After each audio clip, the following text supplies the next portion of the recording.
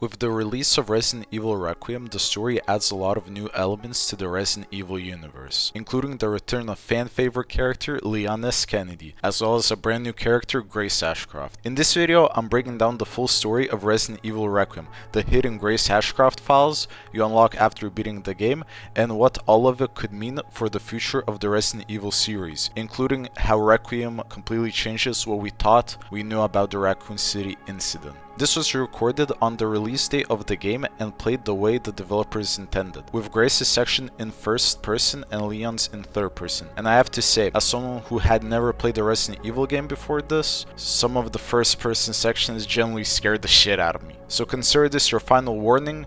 Major spoilers ahead, grab your popcorn, drinks, and let's get into the story of Resident Evil Requiem. The story begins in the year 2028. It has been 30 years since the start of the Raccoon City outbreak. We follow Grace Ashcroft, the daughter of Alyssa Ashcroft from Resident Evil Outbreak and Resident Evil Outbreak 2, who now works for the FBI as an intelligence analyst. She is assigned to investigate a murder scene at the abandoned Redwood Hotel. The Renwood Hotel. Look, I know that's where your mother was murdered. And I know it'll be upsetting for you.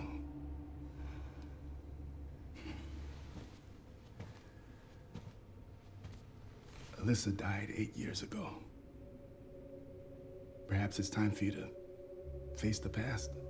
The same hotel where her mother, Alyssa, was reportedly murdered 8 years before the events of the game, in the year 2020. The investigation revolves around 5 Raccoon City survivors who all died mysteriously in the same way. For Grace, returning here is especially difficult. It's a place where her life completely changed. The thing about Grace is, since her mother, Alyssa, was a top secret agent, they had to move a lot, so Grace couldn't make new friends. And after her mother's murder, she became very socially awkward, developing a stutter and spending most of her days in the office analyzing crimes. Grace agrees to investigate the murder and heads to the Renwood Hotel. Near the entrance, she meets a police officer who gives her access to the building. Once inside the hotel, she begins hearing strange noises, like someone is following her. She sees a picture that has been taken recently of her, like somebody has planned her to come. On the back of the picture, there is a key to room 204 and the message, "Let's talk," written on it. When she finds the key, the door behind her closes, trapping her in the hotel. She enters the room and finds hundreds of pictures of her and her mother, and then she gets a flashback of the day Alyssa got murdered.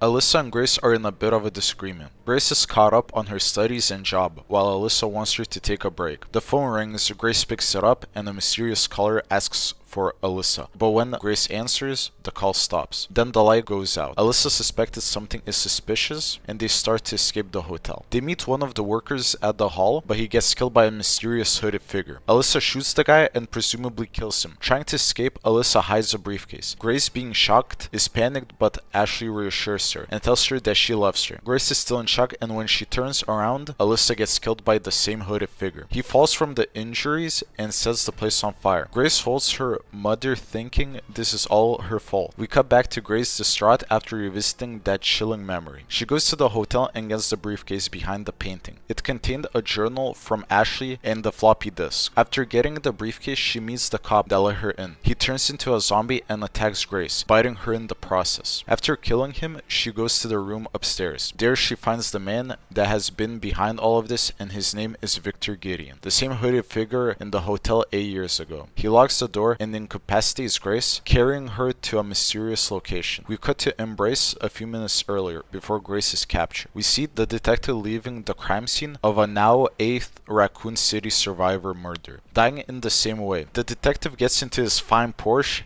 If I say so myself, he gets a person of interest to hunt down, the person being Victor Gideon. He supposedly has ties to Umbrella Corporation as a T-Virus researcher. Umbrella is the corporation responsible for the Raccoon City outbreak in 1998, where Resident Evil 2 takes place. And if you're new to Resident Evil, the T-Virus is the infection that turns people into zombies. The protagonist is revealed, and who do you think it is? Every female kryptonite, Leon S. Kennedy, the guy that saved the DAR's president and the survivor from the Raccoon City outbreak. We see that Leon is infected with the T-virus and is on the third stage of the virus. You may be wondering why Leon took so long to get infected. He actually had it from the outbreak in 1998, but he never got attacked by zombies, but got it probably from contaminated water, so the effect only now started to happen to him instead of being infected by the zombies and turning into one. They get a report of a dead officer where Grace was kidnapped. Leon drives to the location and sees Victor taking Grace, but before he can stop him, Victor injects nearby civilians with the T-virus, erupting chaos in the city. After getting through the zombies and Leon doing badass Leon things, he loses Grace and Victor. But the call operator, who we later find out is named Sherry,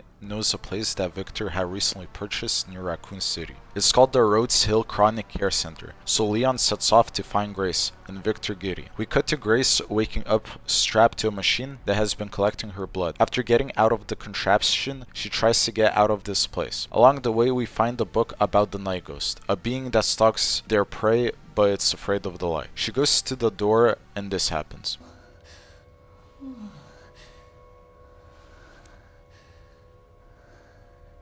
He's dead.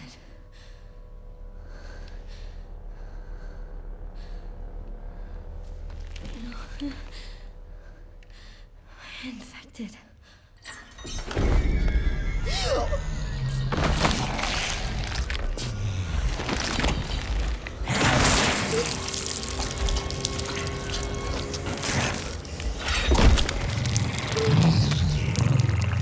The Night Ghost spots Grace and she makes a run. After getting the barriers to the cell, she gets caught by the monster that was melting from the light. Grace gets dragged by her leg into the darkness and we cut to Leon. Leon arrives at the care center and is greeted by one of the workers. At the same time, Victor Gideon is monitoring him through the camera. Now about the Rhodes Hill Chronic Care Center. It used to be a center under the Umbrella Corporation, and the new worker says that this place used to be, and still is, till this day, a place where people get experimented on. Leon is asked to wait in the room. Suddenly this happens. Mr. Kennedy, we need to leave immediately. What's going on? I don't know what's happening. Some kind of mass hysteria.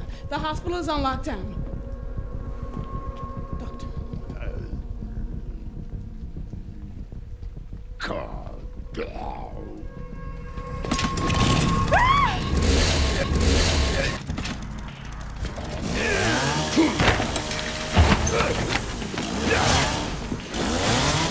I think you want a second opinion. The woman gets cut by a chainsaw, and Leon starts to fight off dozens of zombies. He gets to the main hall of the care center and sees Grace being taken by the Night Ghost. He shoots the Night Ghost and kills it, thus freeing Grace. Leon gets choked by Victor and is knocked out. We cut to Grace trying to escape the care center. There she finds two cell blocks, with one of them having a blind girl inside and another one that was the creature that stalked her in the beginning. Grace finds a keycard on a dead man and gains access to the West Wing. While navigating the area, she encounters a zombie chef and nearly gets crushed by a fucking bulldozer in the process. After solving the puzzle, she finally obtains one of the stars needed to escape. She then heads to the East Wing, where she finds acid to break a lock and discovered the combination by connecting two torn pictures. With that being out of the way, she secures the second star, but not before being attacked by a monster called Chunk and barely escaping. Fun fact, I completely skipped this part and went for the third one instantly, so for me this was actually the third one. Okay, back to the story. After getting access from the zombie's body to get into a level 2 access area, Grace finds one of the safes for the star, but it has a braille on it. So Grace gets the girl who is named Emily to help. After clearing out some zombies where I died 5 fucking times, Emily gets taken by the Night Ghost, who is still alive. Grace goes after it and jumps into the darkness. We cut to Leon being tied up with Victor interrogating him. There we get this diabolical one-liner. You know, I do have a question. When's the last time you brushed your teeth? Leon uses his utility knife and cuts the rope, thus starting a brawl with Dr. Gideon. Tracking down Victor, Leon meets the Chunk and kills him with a newly found shotgun. Getting through the zombies, he finds a secret elevator in Gideon's office. Taking the elevator, he finds a room with a computer that shows this. Well, hey, at least we're in it together, right?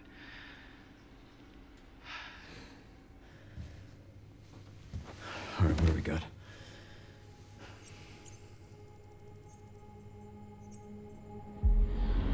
Elpis.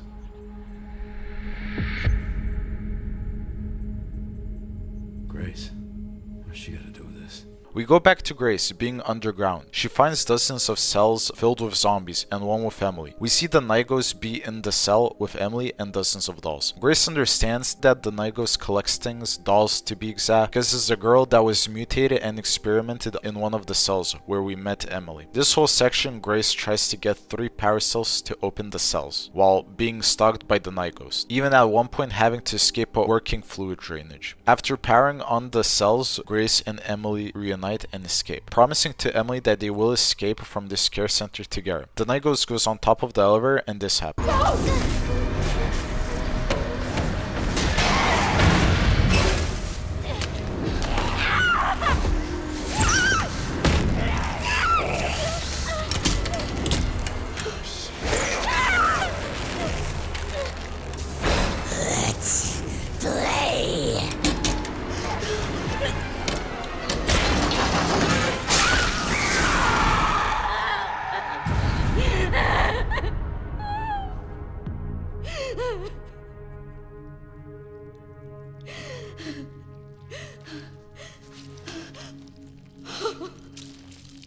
I ain't gonna lie, I truly thought Grace's leg was ripped off. After finally escaping to the care center hall, they place the final piece and escape the Rhodes Hill Chronic Care Center. There they meet Harry, a pilot that flew his boss here and made the deal with Grace. If she gets his keys, they can all leave. After Grace goes down to the office and aligns a bottle, she gets a DNA looking object and puts it on the pedestal. The room starts to go down. There we find out the underground testing chambers, with hundreds of human experiments. After getting the keys for the helicopter, she finds Dr. Gideon. He apparently talks to someone and says that Grace was finally the answer they need. After barely sneaking by Victor, the place starts to self-destruct. The zombies are freed and Grace uses the best weapon in the game, the disposable tank. With the place overflowing, Grace barely gets away. Regrouping with Harry and Emily, they try to escape, but this happens. No shit! Hold tight, I'm taking off!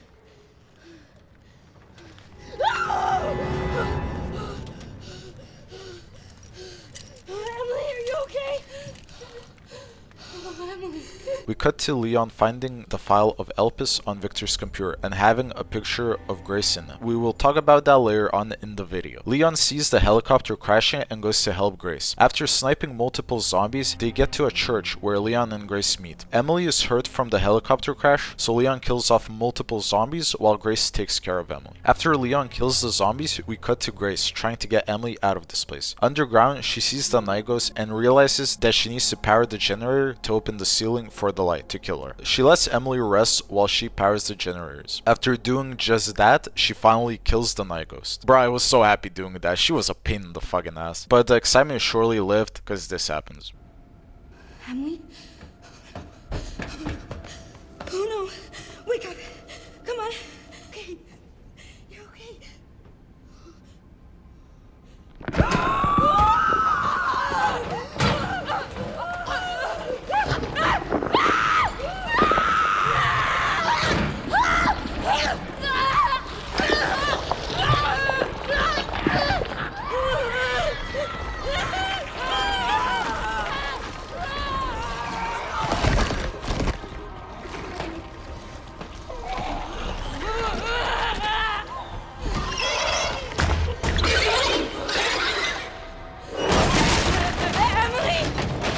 Emily turns into one of the creatures and is killed by Leon. Grace becomes very emotional, blames herself again for the death of Emily and her mother, saying that without Emily she would have never escaped from the care center. Grace goes alone and Leon starts to cough up blood, giving me Arthur Morgan flashbacks, not gonna lie. Grace meets Victor and we are introduced to Zeno. We cut to Sherry looking at her hand and indicating that she also has the T-virus. Leon drives to Raccoon City where it all began. The city is abandoned, looking like a ghost town. Once had people celebrating, having festivals, now just abandoned buildings and a pile of ash. Leon along the way is attacked by a giant spider. This boss was probably the hardest because it just tanked every shot. After finally killing it, Leon gets to a barricade to the highway, the only way to get to Grace, but it is locked off. He needs to go to 3 separate locations to make a detonator for the gate. We get to an old BSAA camp. The BSAA, or in the Bioterrorism Security Assessment Alliance, is an international counterterrorism organization sanctioned by the United Nations. It was formed during the War on Terror by Chris Redfield and Jill Valentine, one of the main protagonists in the Resident Evil universe. The BSAA began as a means of more readily combating the rising use of biological weaponry since the collapse of Umbrella. In the tent, we get this cutscene. They were also headed to the center of Raccoon City. Interesting, too. That reminds me. I dug a little deeper in the Pentagon's database, and I noticed something's missing. What's that? There's no record of anyone ordering the missile strike on Raccoon City. Yes, the missile strike that neutralized almost all of Raccoon City was not ordered by the government, meaning it was not sent to prevent the T-virus from spreading into other cities. Through the camera, we see Victor, Gideon, and Zeno taking Grace to a disclosed location with a helicopter. After getting one of the detonator parts, Leon stumbles on dead BCAA agents and finds a helmet-cam video where Zeno kills all the men with his superpowers. At the meantime, we cut to Zeno taking Grace to a location not too far from Leon. After Leon gets the second part for the detonator, Sherry says that the Pentagon was putting pressure on the BCAA for moving independently, signaling an internal dispute. Found the signal receiver. Or at least what's left of it. Okay, one component left. By the way, I found some evidence of the Pentagon putting pressure on the BSAA. It appears the North American branch has been moving independently. Heard they had an internal dispute. Think it's related? That's all I've got. There's been an increase in government surveillance. Looks like my fan base is growing. That's why there were bodies of BCAA agents in Raccoon City. After clearing the final detonator part, Leon descends on a suspended scaffold. Dozens of zombies jump up on him and he goes underground. After killing all of the zombies, he creates the detonator and leaves on a bike he found in a storage container. While driving down the highway, we get what is probably my favorite sequence in the game. Victor Gideon launches a rocket at Leon, and of course Leon aura farms and dodges the explosion. He then gets into a bike chase with Gideon and mutated wolves that are called Garms. After an amazing chase where Leon somehow ends up on top of a building, Leon and Victor Gideon do a bike jousting duel.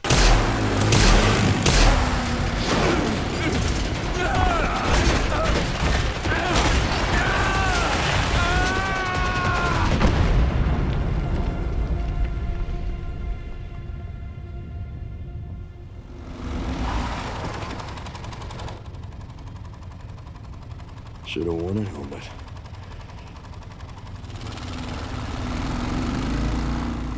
Leon defeats Dr. Gideon, killing him by falling from a bridge. Leon arrives at the center of Raccoon City and returns to RAPD. There, Leon gets flashbacks of the events in Resident Evil 2 and the horrors that he had witnessed. He finds out that the BCAA have been using the police station as a base and finds Zeno with Grace in the same building. Exploring through the police station, Leon sees how the police force was preparing for his hiring, until everything went to shit. After opening a door, Leon finds Grace and Zeno, and this happens. Covert military units from every country on Earth come to Raccoon City for one purpose. To find Elpis. What is Elpis? The power to upset the military balance of the world. The last virus, created by Spencer. Designed to control human consciousness. Mind control? They couldn't let it be stolen. So they launched the missile strike to hide it. To hide a virus. Why do something so extreme? Extreme? Is it? When the president tried to investigate, they had him assassinated. And you are the key to retrieving Elpis. Emily, not the girl you met.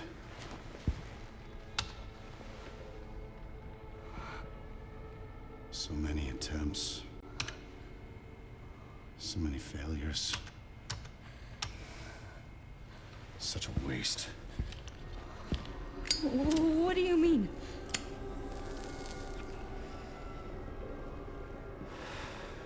Copies. Crafted to duplicate you.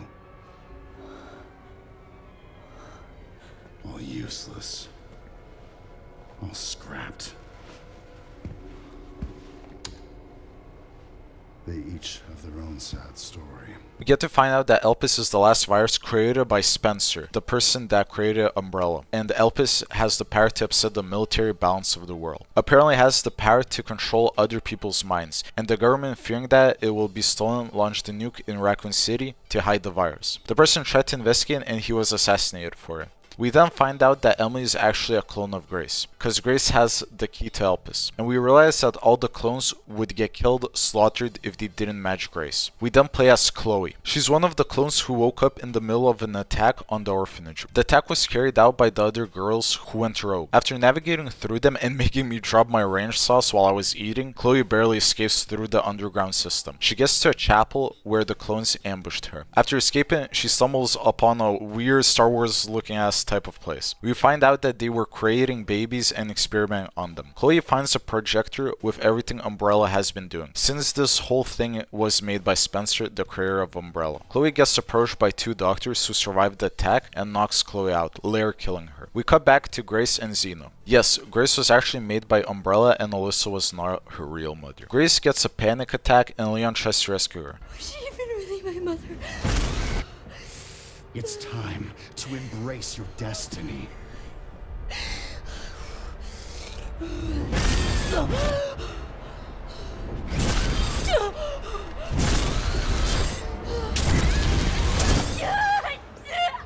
Grace! And by the way, Grace calling Leon mom was not on my bingo card. After Grace knocks herself out, Mr. X, the stalker from Resident Evil 2 and 3, comes to kill off Leon. I thought we left him in the previous games, come on man. After escaping Mr. X, Leon heads to the old orphanage to find the Ark, where Chloe was in and where Grace and Zeno are going. On the way we get a nod to Resident Evil 2 and 3 with him finding Robert Kendo's body.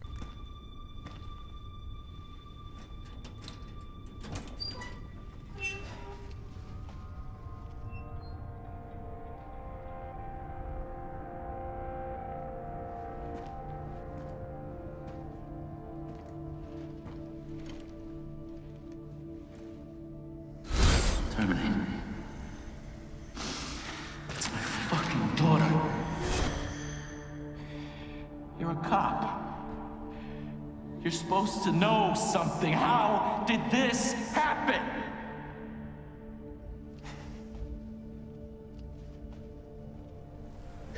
Those fucking things outside. What they did to us.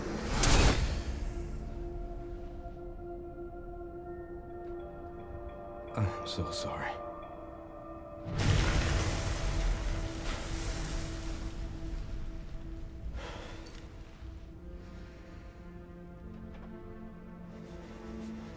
Never again. For me, this is one of the best scenes in the game. Robert Kendo in the earlier games lost his daughter to the T-Virus, but as a dad he could not let her go, so he died with her. What I love about this scene was that the weight of the events from 1998 affected Leon so much and that he could not save Kendo and his daughter. As Leon approaches the orphanage, he gets attacked by Mr. X, who throws a fucking rocket like a guided RPG. After fighting and killing him, Leon goes below the orphanage, but climbing on a train, he gets attacked by mutated plants. He repels to the bottom where all the plants are and fights all of them off, even beating a giant plant who I admit did kill me once. After killing the giant plant, Leon reaches Ark. In Ark, through the camera, Leon sees where Grace and Zeno were, but gets ambushed by agents who we find out in the Grace files are the Connection agents. Getting through them, he meets the commander of the team that ambushed Leon. He had superhuman speed, and some people say that it might be Hank from previous Resident Evil games. Now I know, it's the same voice actor, but it's not confirmed that it is Hank. Anyways, back to the story. Leon and the agent fight, throwing themselves off a bridge, and we see Leon's symptoms worsen. The commander laughs off Leon's condition, implying that Leon is a shell of his former self. but the fight continues. And I think the agent regrets that because Leon sliced his neck, killing him instantly. Leon gets to Grace and Zeno, and this happens. Grace, this is where we are. The world is under threat. The technology to control another's will already exists, but it's not efficient at infecting others. I believe Spencer solved that with Elpis. The connection sealed Raccoon City to save it for themselves, and it's been waiting here ever since. This is as far as we could get. If the wrong password is entered, the Ark will be destroyed, and Elpis will be lost forever. So tell me, Grace, what's the password? I don't know. Of course you do. You're the... Leon! If the wrong password is used, the Ark will self-destruct. Before Zeno could get Elpis, Leon fought him, but was saved by Grace, who almost deleted herself. They fall down a sewage system where Leon knocks himself out from the T-virus spreading. Hours go by and Leon finally wakes up, and we get the reason why Leon is doing all of this. How long was I out? I don't know. A while.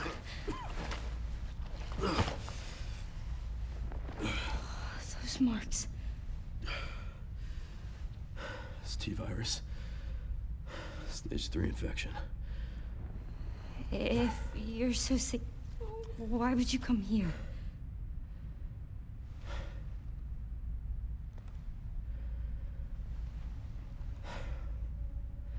This place. Raccoon City was where it all began for me. When it all happened, I couldn't make a difference. So I am here now. Together they try to escape the sewage, and we play as Grace. With Grace we move the crane blocking the exit, are met by Lickers from Resident Evil 2. The mutated creatures that can't see but have super hearing. After sneaking past them and opening a door, Grace gets into a white room. She finds a floppy disk and remembers the one Alyssa had. She inserts the floppy disk and we get a video of Alyssa talking with Spencer, revealing that Spencer had regrets that he had to live with for the rest of his life and wanted to reveal the truth about Elpis. We see Grace looking through the folder and sees a video with the title Grace. We cut to Leon, who is battling through the lickers and zombies. After getting to an elevator, he was very weak, barely able to walk. He gets to the entrance of Elpis, and then we cut to Grace, where she sees this. I think that's enough for today. Why did you accept my request for an interview? Who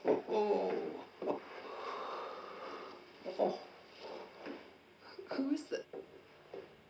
Is that one of your subjects? Of course not. She was alone in the world.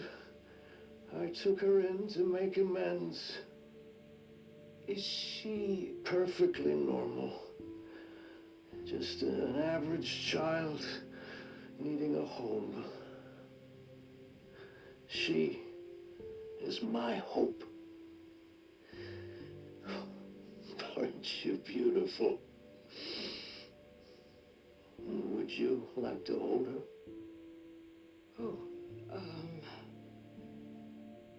Okay.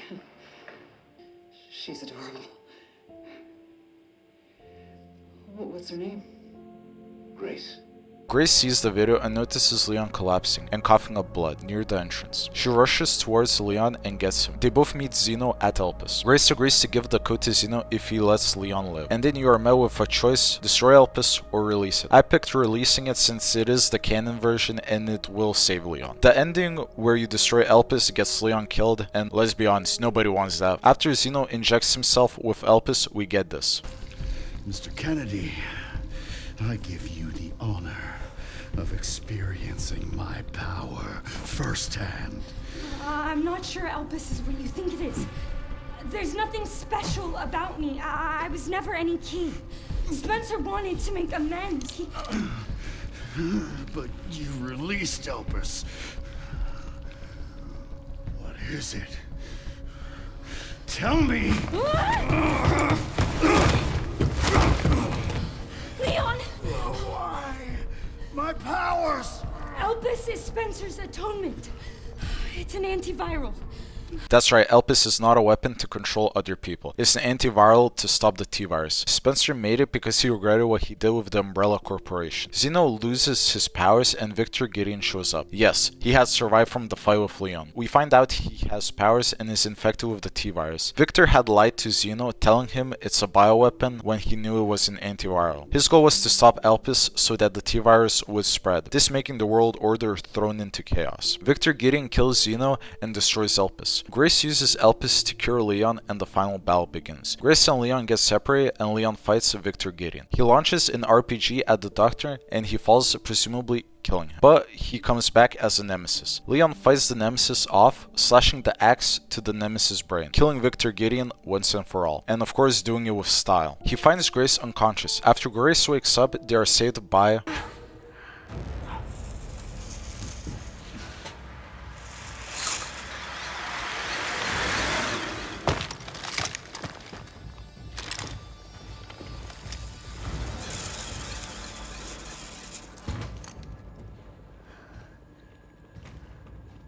Leon S. Kennedy? Depends who's asking. Alpha, you read me, sir? Yeah, they're safe. I got them. Yes, sir. Mr. Kennedy, I have a message from Captain Redfield. Yes, Chris Redfield, and his private squad, the Hound Wolves, and telling Leon that Chris has a mission for him, probably implying that Chris Redfield will be in the next game in the series, or maybe in the DLC of Requiem. After getting to safety, Leon tells Sherry that he has a dose of Elpis for her. He reveals to Grace that he didn't hit any of Emily's vitals, thus Emily is still alive. After the credits roll, we get back to the FBI building, where Grace is talking to Leon on the phone, and her boss calls her to give him the report. We then see two pictures of Alyssa and Grace, and then a picture of Grace and Emily, implying that she took Emily as her daughter and helped her learn how to read. Because Emily no longer had the T-virus, she could now see. Then we get this.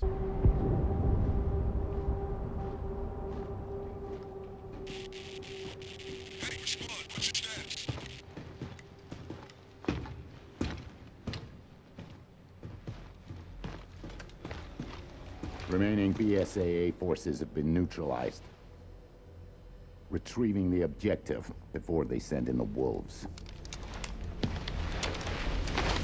The two soldiers who attacked Leon were part of the organization called Connections. The soldiers mention retrieving an object and implying that they need to extract it before the wolves come, implying Chris Redfield's team will return to Elpis. The soldier gets the object and the screen cuts to black, thus ending the story of Resident Evil Requiem. Okay, now in this portion of the video, we will talk about Grace's report, which gives hidden details and the whole context of the Umbrella Corporation, Project Elpis, and the people that are actually behind the Raccoon City bombing. The report starts off with the Umbrella Corporation's creation in 1968. It was created by Oswald Spencer, James Marcus, and Edward Ashford. Having witnessed the horrors of the Second World War and talks about the Cold War, Spencer felt a sense of despair at watching the world repeat the same mistakes. He felt it was his duty to bring out a change to humanity. As stated in court records following the Raccoon City incident, his ultimate goal was to bring about the viral evolution of the human race. And because of that, he started doing illegal and inhumane viral research. In the 1970s, there was a falling out between Spencer and Marcus. And in 1978, James Marcus developed the T-virus. In the 1980s, Spencer used internal politics to have Marcus demoted, absorbing T-virus research into a facility under his own control. He created ARC to actively research and develop bioweapons under Spencer's leadership. Documents showing them investing into Albert Wesker's plans. Wesker being one of the main villains in the Resident Evil series. Also, one of the steps was to start doing research on memory transfer and forced evolution. And for the first time, Elpis is named in the documents. At the same time, new documents about Marcus were discovered. This document shows a suspicious flow of funds being channeled to Marcus. FBI investigators revealed that the source of the funds, the F Foundation, was just one of the puppet organizations of the Connections. The F Foundation no longer exists. Now, who are the Connections? The Connections is a criminal organization that various government agencies were afraid of and had an eye on them. This illicit group is at the heart of it all. Evidence suggests that the Connections sought involvement with Umbrella's central operations. The file indicates that Brandon Bailey, the rumored founder of the Connections, succeeded Marcus, also telling us that the Connections have been a large criminal underworld organization before the 1980s and are still unknown till this day. In the report we find out that Spencer killed off his opposition like James Marcus. In the 1990s, Umbrella became so big that Spencer could not control it, and thus leading to multiple incidents across America. Furthermore, information was leaked to other organizations and the connections about Umbrella's plans because of moles. And despite the circumstances, Spencer finished the research on Elpis around the mid-1990s. While most records regard Elpis as lost today, a precious few still remain. The only information that was leaked about Elpis was that it had the potential to upset the military balance of the entire world, the thing that Zeno believed in. Well, we learned in the ending that it's actually an antiviral drug for the T-virus, but only Spencer knew the truth about Elpis at that time, because there was fierce competition surrounding bioweapon development. Spencer's goal was to control humanity through viral technology. Disturbingly, we find out that the kids in the orphanage had long been used for Umbrella experimentation. Spencer would frequently visit the orphanage and stopped in the 1990s. Furthermore, the orphanage was under the research jurisdiction of William Birkin, one of the main villains in Resident Evil 2 in the late 90s. Birkin turned against Spencer, ultimately leading to the leak of the T-virus. We move to the 1998 Raccoon City incident. The T-virus leaked from Umbrella's research facility in Raccoon City, causing an unprecedented outbreak. In response, the government decided to launch a missile strike on the city, under the pretense of containing the spread. However, this is where we have been misled. The missile strike was not launched to prevent the spread of infection, but to disrupt the relationship between the government and Umbrella, and shift the blame for all illegal activities onto Spencer, and more importantly, seize assets like Elpis. Discovered evidence indicates that the connections lobbied for the missile strike. Because of Bailey's involvement, the connections were aware of Umbrella's inner working prior to the Raccoon City incident. This set them up swiftly, securing Ark and Elpis before instructing the government to carry out the missile strike. After the Raccoon City incident, the Umbrella trials had begun. Evidence against Spencer was presented by Albert Wesker. It is now evident that Wesker was linked to Tricell, which in turn has strong ties to the connections. Therefore, it is highly likely there was pressure from the government and the connections during the trials. In 2004, following the outcome of the trials, Umbrella was forced into bankruptcy. Spencer was held accountable as CEO, and he disappeared from the public eye. During that time, the connections started to research, develop, and distribute bioweapons in Ark, and in some documents revealing that there was a list of Umbrella comparators, but it was lost in the collapse of Ark. Following the Raccoon City incident, weaponized viruses developed by Umbrella were leaked across the globe, and in 2013, President Adam Benford was assassinated in a bioterrorism attack because he wanted to reveal the truth of the Raccoon City incident. After Umbrella's bankruptcy, Spencer took an interview with Alyssa Ashcroft and showed signs of remorse. While Elpis is a powerful instrument that can create viral, powerful weapons, it also has the potential to be used for good. It is possible that Spencer's true motivations behind Elpis was for peace and redemption. In 2006, Oswald Spencer died in his home. In the conclusion of the report, we can see that the Umbrella Corporation's liquidation was intentionally orchestrated by the connections and the US government, furthermore being involved in the illegal development and trafficking of bioweapons in Raccoon City. There are still mysteries about the connections, but it was destroyed alongside Ark, and that is the end of Grace Ashcroft's file and the end of Resident Evil Requiem. Resident Evil Requiem's story was nothing short of spectacular. I really enjoyed the dynamic switching from Grace to Leon. The game does an amazing nod to previous Resident Evil games. As a guy whose first ever Resident Evil game is Requiem, it was amazing to understand how the old characters were loved and the big moments from the previous games, how well they were written. I'm interested to know, will the next game revolve around Chris Redfield and the Wolves, or will there be a new character in the horizon? The story conveys how blaming yourself for things that you cannot control can take a toll on you. Grace blamed herself for her mother's death and Emily being shot. Leon regrets not saving Kendo and his daughter, even though he couldn't have done anything and he could not have prevented it at all. But through it all, they overcome the obstacles and stop Zeno and Victor Gideon and destroy the Ark forever. If you enjoyed the video, be sure to subscribe, since these videos take a lot of effort to make. I also stream on Twitch, which you can find in the description down below, with other socials. We do fun gaming sessions with the community and explore the stories of other games. If that sounds fun to you, you're welcome to join. Also, like this video if you found this video fun, and share to your friends because it helps more people see these videos and understand the stories of all these different type of games. I'll catch you in the next one, and remember, keep moving forward. Peace.